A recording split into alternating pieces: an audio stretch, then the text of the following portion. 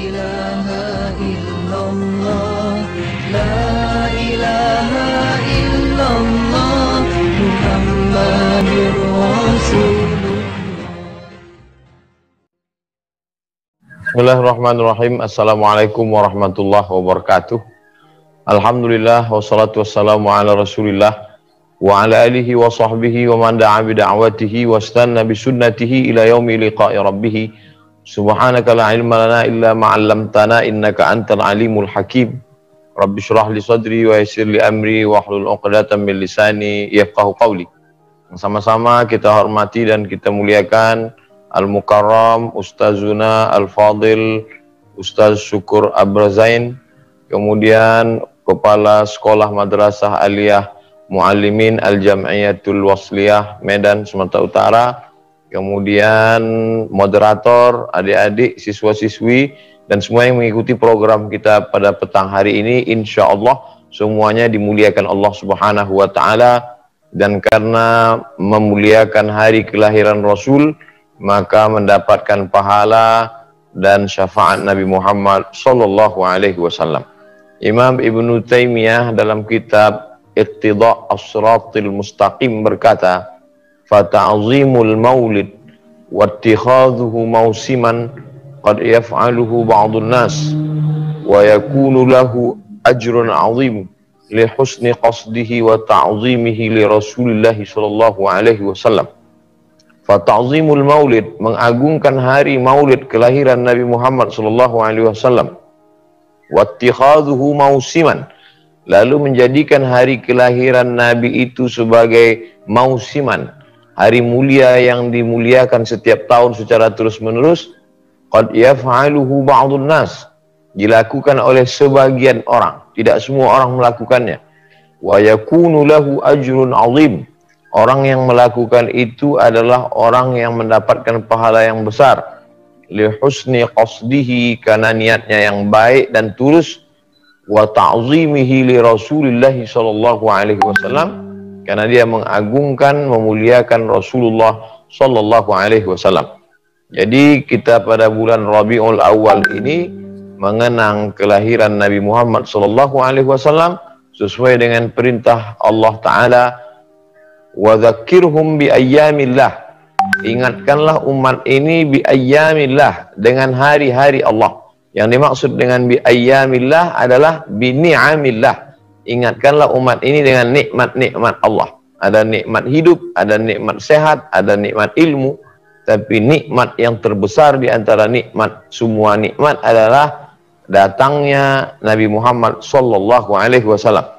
Maka dengan membuat maulid, artinya kita sedang mengingatkan umat yang banyak lupa dengan nikmat besar itu, supaya dia lebih sayang, lebih cinta, dan banyak bersolawat serta mengikuti sunnah-sunnah Rasulullah sallallahu alaihi wasallam. Orang kafir pun kalau dia memuliakan Nabi sallallahu alaihi wasallam, maka dia mendapatkan syafaat. Padahal syafaat itu hanya untuk orang yang beriman saja. Tapi ada kekhususan tentang memuliakan Nabi sallallahu alaihi wasallam. Maka bersyairlah Al-Hafiz Al-Maqdisi, "Idza kana hadza kafiran jaa'a dhammuhu, tabat yadahu fil jahimi mukhlida, ata annahu fi kulli yawmil itsnaini abada, yukhaffaf anhu al-'adzabu masruran bi ahmada, fa kaifa billadzi tula umrihi bi ahmada masruran wa mata muwahhida." Kata Al-Hafiz Al-Maqdisi, seorang ahli hadis, "Idza kana hadza kafirun jaa'a dhammuhu," kalau si kafir yang sudah jelas-jelas dikecam, dicela Allah Ta'ala, tabat yadahu fil jahimi mukhlida, kekal dalam api neraka selama-lamanya, ata annahu fi kulli yaumil itsnaini abada, ada riwayat menyebut bahwa setiap hari Senin, yukhaffaf anhu al-'adzabu masruran bi ahmada, diringankan azabnya setiap hari Senin karena senang menyambut kelahiran Muhammad sallallahu alaihi wasallam. Fa kaifa billadzi tula umrihi, bagaimana dengan orang yang sepanjang umurnya, bi ahmada masruran wa mata muwahhida, dia senang menyambut kelahiran Nabi Muhammad SAW dan mati dalam keadaan bertauhid, la ilaha illallah Muhammadur Rasulullah. Yang dia maksud adalah Abu Lahab, khufifa alayya li kulli itsnain, diringankan azabku setiap hari Isnin, li'itaqi Thuwaibah, karena aku memerdekakan Thuwaibah. Begitu kata riwayat dalam Sahih Al-Bukhari yang disusun oleh Imam Muhammad ibni Ismail ibni Ibrahim ibni Al-Mughirah ibni Bardizbah. Al-Bukhari meninggal tahun 256 Hijrah. Oleh sebab itu apa yang kita lakukan hari ini adalah melaksanakan wa ma'atakumur rasulu fakhudhuhu. Apa yang dibawa oleh Rasulullah SAW, amalkanlah. Wa manahakum anhu fantahu. Apa yang dilarang oleh Rasulullah, maka jauhilah. Apa yang dibawa Rasulullah, Rasul sendiri memuliakan hari lahirnya. Tapi tidak setahun sekali pada 12 Rabiul Awal, justru setiap sepekan sekali. Mengapa engkau berpuasa hari Senin ya Rasulullah? Nabi menjawab, dzaka yauma wulidtu, karena hari Senin itu aku lahir. Wa yauma bu'itstu, hari Senin itu aku diutus. Wa yauma unzalu alayya, hari Senin itu wahyu diturunkan kepadaku. Jadi Nabi mengagungkan hari kelahirannya. Itu menunjukkan kebolehan kita untuk memuliakan hari kelahiran Nabi Muhammad sallallahu alaihi wasallam. Ini dalil secara umum tentang apa yang kita lakukan pada hari ini yang sebenarnya tidak pernah kita permasalahkan. Ayah, ibu, datuk, nenek, moyang kita tak pernah mempermasalahkannya. Hanya saja orang belakangan ini mengungkit-ungkit, mengungkap-ungkap. Maka ketika ahlul bid'ah menunjukkan kebid'ahannya, maka ahlu sunnah wajib menunjukkan kesunnahannya. Ketika orang yang menuduh kebatilan menunjukkan yang hak itu menjadi batil, maka orang yang hak wajib menunjukkan dalil-dalilnya. As-sakitu 'anil haqqi syaitan akhras. Orang yang diam melihat kebenaran diinjak-injak, maka sesungguhnya dia adalah syaitan akhras, syaitan yang bisu. Begitu kata Imam Abu Ali Ad-Daqqaq yang dikutip oleh Imam An-Nawawi dalam syarah Sahih Muslim Al-Minhaj, syarah Sahih Muslim Ibn Al-Hajjaj. Poin yang kedua, bahwa kita sebagai keluarga besar Madrasah Muallimin Al-Jam'iyatul Wasliyah adalah orang-orang yang bergerak dalam bidang dakwah dan pendidikan. Kita tahu bahwa permusuhan di antara kelompok kaum tua dan kaum muda di Medan, Sumatera Utara amat sangat tajam waktu itu.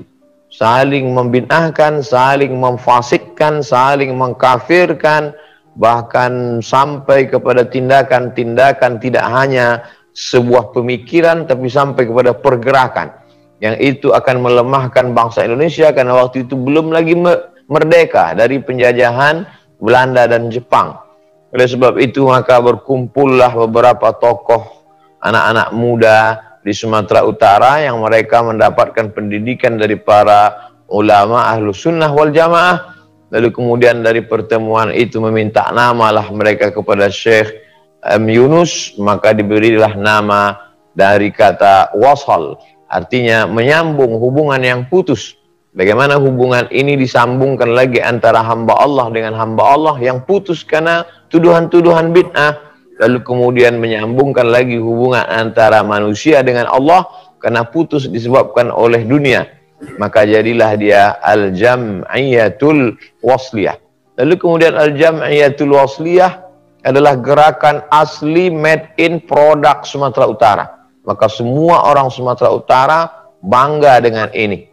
Bahwa betul di Jawa Timur ada namanya Nahdlatul Ulama yang merupakan Al-Jam'iyah didirikan oleh Hadratus Syekh Hashim Asy'ari, Kiai Haji Wahab Hasbullah, Kiai Haji Bisri Sansuri.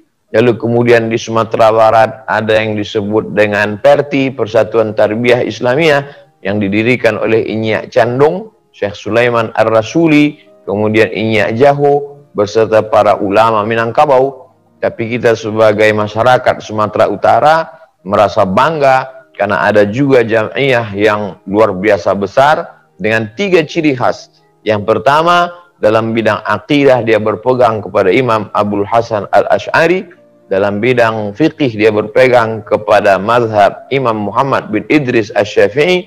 Dalam bidang akhlak tasawuf dia berpegang kepada tasawuf sunni, tasawuf amali, bukan tasawuf falsafi, tasawuf nazari yang hanya teori, tapi tasawuf yang diambil dari sunnah-sunnah Rasulullah Sallallahu Alaihi Wasallam. Lalu kemudian jam'iyah sebagai sebuah payung besar yang memayungi umat, maka di dalamnya itu ada mesinnya. Ibarat handphone, ada casingnya, ada monitor layarnya, ada keyboardnya, tapi mesti ada mesin yang sangat kuat. Mesin yang sangat kuat itu adalah tempat digemblengnya anak-anak muda, sehingga mereka menjadi pejuang utama, memperjuangkan ciri 3 besar, akidah, fikih, dan tasawuf, yang merupakan intisari dari ajaran Islam, diambil dari pertanyaan, akhbirni anil iman, akhbirni anil Islam, akhbirni anil ihsan. Buah daripada iman adalah akidah, buah daripada Islam adalah fikih syariah, buah daripada ihsan anta abudallaha ka'annaka tarah fa illam takun tarahu fa innahu yaraka. Maka semua masyarakat memahami, tapi ada sekelompok masyarakat, inilah yang disebut Allah dalam Al-Quran, falaula nafara min kulli firqatin minhum ta'ifatun. Jangan semuanya pergi berperang bersama Rasulullah sallallahu alaihi wasallam, mesti ada satu ta'ifah, satu kelompok orang, liyatafaqahu fiddin. Mereka belajar mendalami ilmu agama, yang tujuannya adalah liyunziru qaumahum, mereka akan pulang ke kampung halaman mereka, la'allahum yahzarun, mereka memberikan peringatan supaya umat ini takut kepada Allah Subhanahu wa taala. Maka ulama Al-Jamiatul Wasliyah menyusun sebuah kurikulum yang mereka ambil kombinasikan kurikulum dari Makkah Al-Mukarramah, karena mereka ini adalah alumni daripada Saulatiyah, alumni daripada halaqah-halaqah di Masjidil Haram, karena sebagian mereka adalah murid langsung dari mufti kerajaan Melayu Delhi, Syekh Hasan Maksum. Sedangkan Syekh Hasan Maksum itu sendiri adalah murid langsung dari Imam Masjidil Haram, Syekh Ahmad Khatib Al-Minkabawi, meninggal tahun 1916. Maka mereka mengambil kurikulum itu, kombinasi antara timur dan barat. Lalu kemudian jadilah itu pelajaran yang sampai hari ini dipelajari di Madrasah Al-Muallimin Al-Jamiatul Wasliyah. Dalam bidang akidah misalnya, kami dulu belajar di Sanawiyah Al-Husunul Hamidiyah. Lalu kemudian ketika di tingkat aliyah, maka diperkuat lagi dalam akidah Ahlus Sunnah wal Jamaah dalam kitab Dasuki ala Ummil Barahin. Maka ini memperkuat.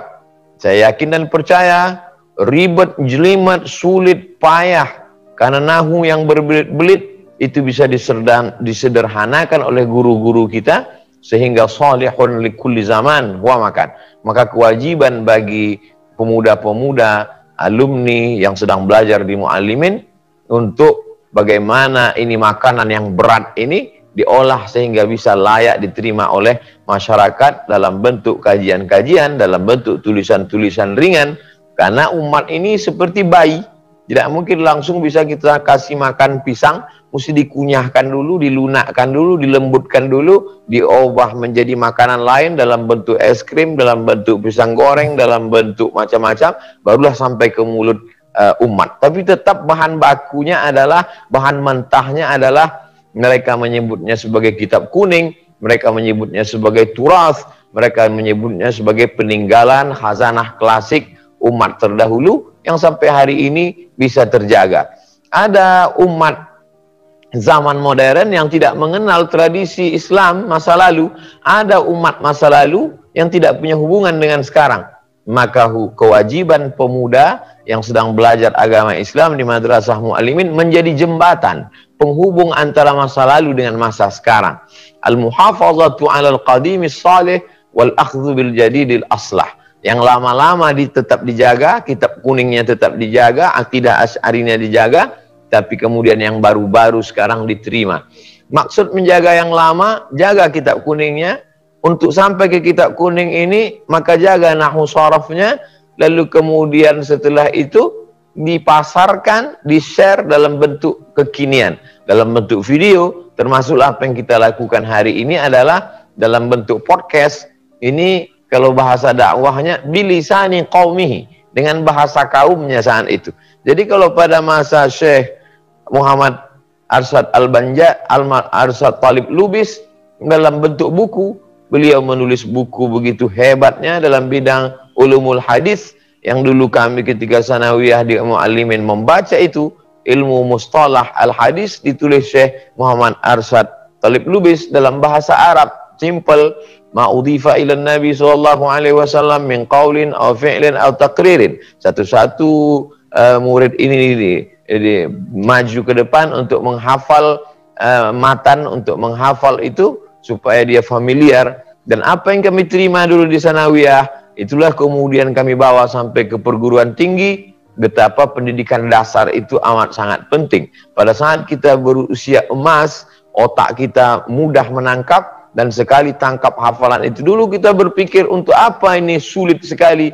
Guru satu persatu memerintahkan maju ke depan, yang tak bisa menghafal berdiri di depan, bahkan sebagiannya cabut karena malu tidak bisa menghafal atau karena tidak siap. Belakangan baru kita faham, begitulah cara guru untuk mengikatkan matan kitab ini di kepala kita, dan kita punya ikatan yang luar biasa.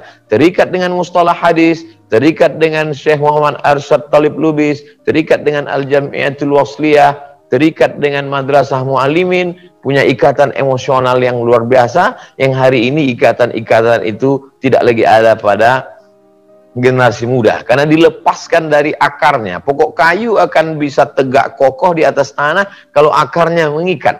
Tapi kalau akarnya sudah tidak ada lagi, dia akan menjadi enceng gondok, dia akan menjadi tanaman yang tumbuh di balik-balik batu, tidak mengikat dengan kuat, tidak kokoh dengan kuat.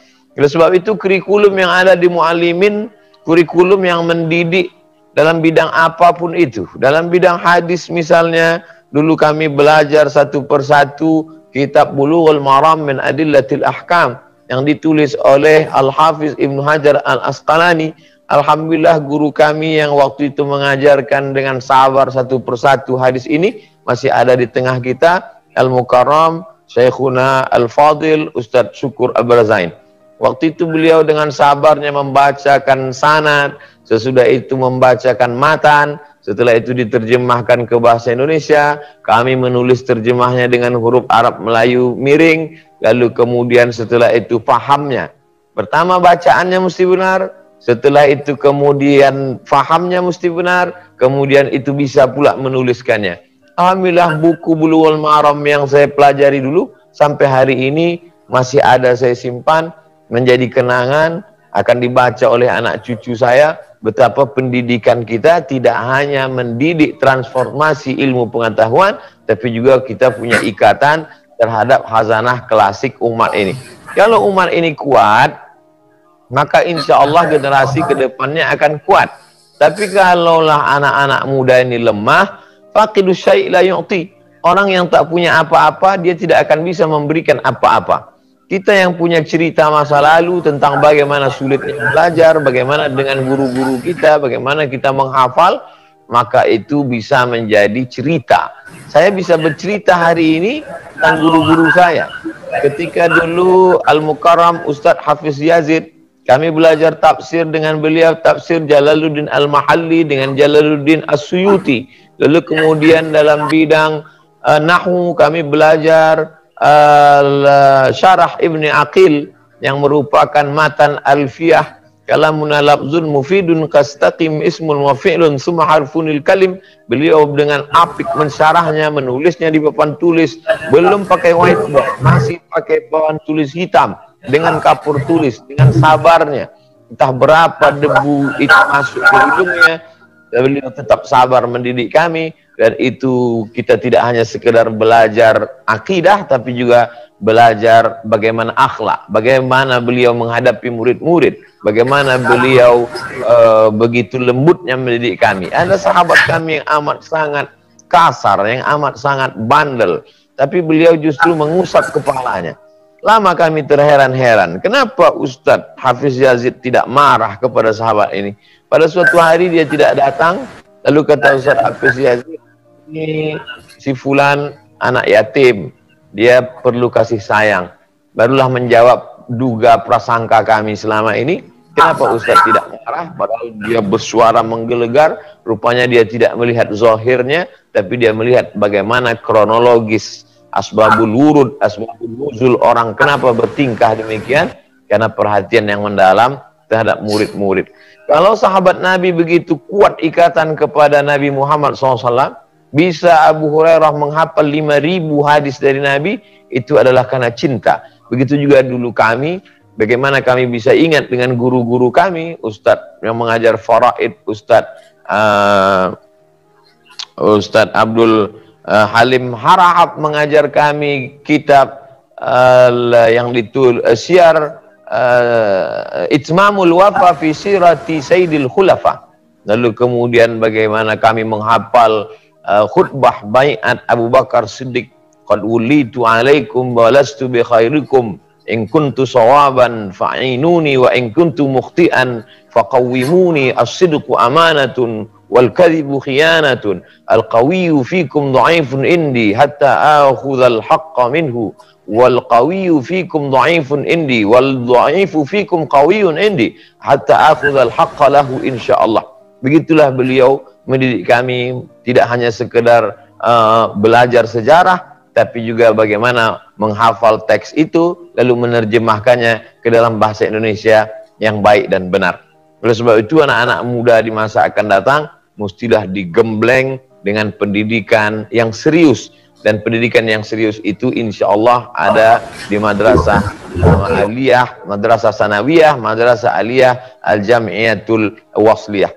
Maka saya yakin dan percaya, zaman boleh berganti, musim boleh berubah, tapi kitab-kitab ini tetap dipelajari. Kalau mau melihat al-wasliyah masa lalu, bangkit seperti masa dulu di masa akan datang, maka kita mesti perbaiki motor al-wasliyah ini. Handphone tidak hanya casing yang bagus, tapi motornya mesti bagus. Motor al-wasliyah adalah para ulama. Mesti dicetak para alim yang menguasai kitab-kitab, yang bisa menyampaikan dengan bahasa kekinian, maka insya Allah masa depan masih tetap lagi dilanjutkan oleh para pelanjut generasi seperti Syekh Abdurrahman Syihab, Syekh Ismail Banda, kemudian Syekh Mahmud Yunus, kemudian dan para ulama Al-Jamiyatul Wasliyah lainnya. Saya kira sebagai pengantar dialog kita petang ini, itulah yang dapat saya sampaikan, tidak secara keseluruhan, hanya sepotong sebagian